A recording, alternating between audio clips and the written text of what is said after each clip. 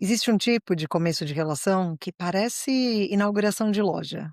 Muitas luzes, música alta, promoção relâmpago, tapete vermelho. A gente mal coloca o pé dentro e já ganha um brinde. Discurso e cadastro em programa de fidelidade eterna. A pessoa surge com intensidade digna de longa-metragem. Mensagens o dia todo, elogios bem ensaiados que parecem ter saído de um roteiro, planos de futuro antes mesmo de você lembrar ou sequer saber o sobrenome completo dela. E aí vem o pensamento: "Nossa, finalmente alguém que sabe o que quer". O que parece ser decisão pode ser só velocidade, sem prudência. Love bombing é bem isso, quando a intensidade chega antes da intimidade. Quando a emoção é inflada antes da estrutura existir. É como querer instalar um lustre antes mesmo de construir o teto.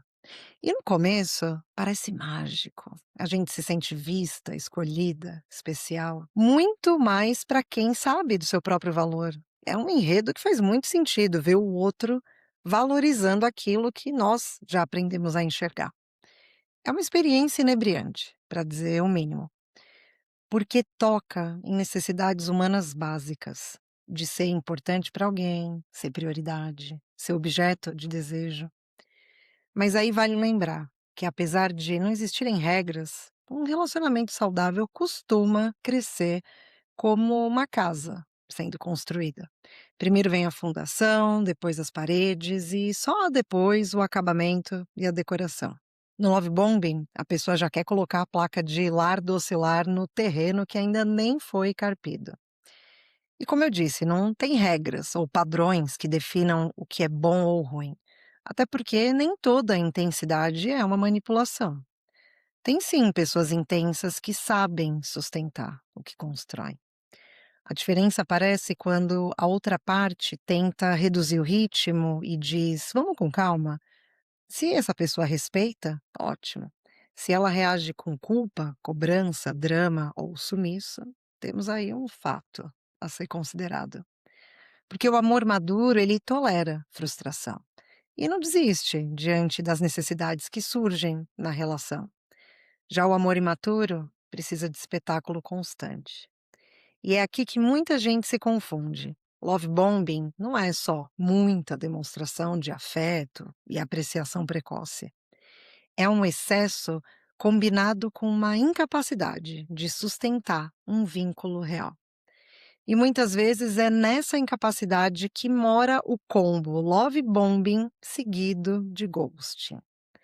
A pessoa invade sua vida com intensidade total e, de repente, quando provavelmente chegou ali no ápice das promessas, e aí só restaria mesmo começar a tirar do papel cada uma delas, ela desaparece.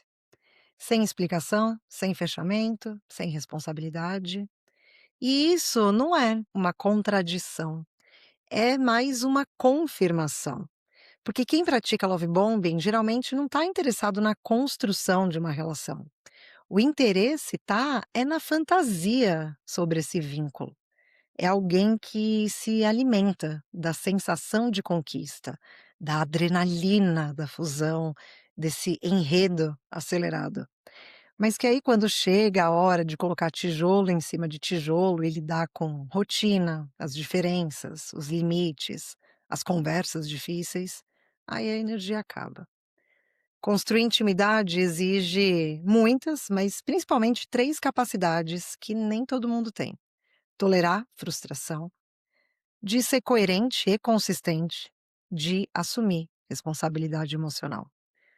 Love bombing é mais sobre fogos de artifício. Já um relacionamento é uma obra civil.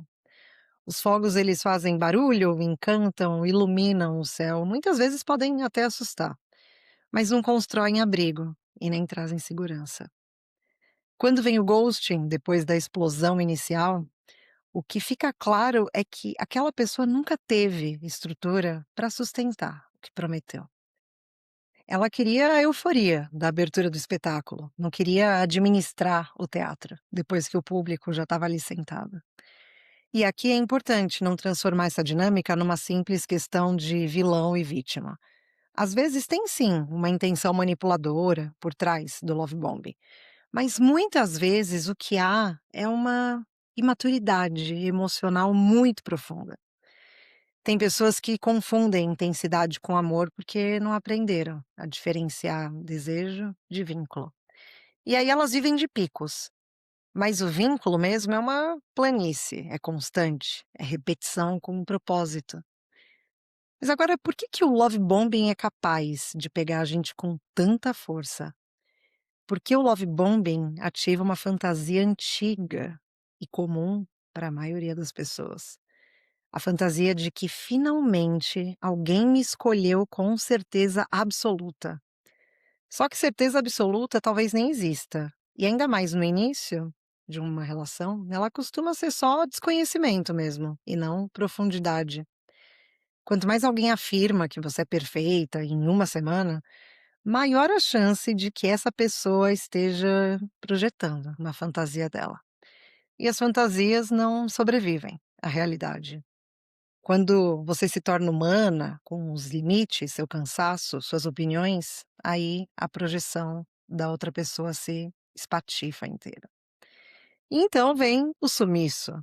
O ghosting, ele não é só uma fuga de você. É a fuga da própria incapacidade de viver aquilo que é real. Porque era alguém que soube acender as luzes do palco, mas não sabe escrever um roteiro de uma convivência diária. Então, como reconhecer esse love bombing sem grandes paranoias?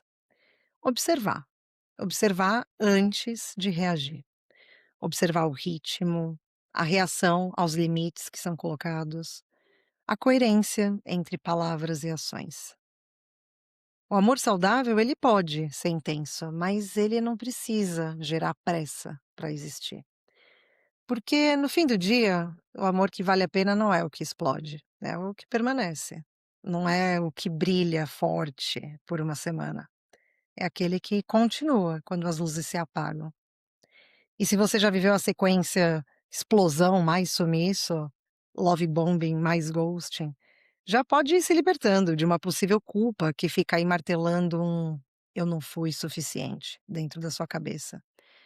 Porque a provável conclusão seja de que você estava pronta para construir e talvez a outra pessoa só sabia soltar fogos de artifício.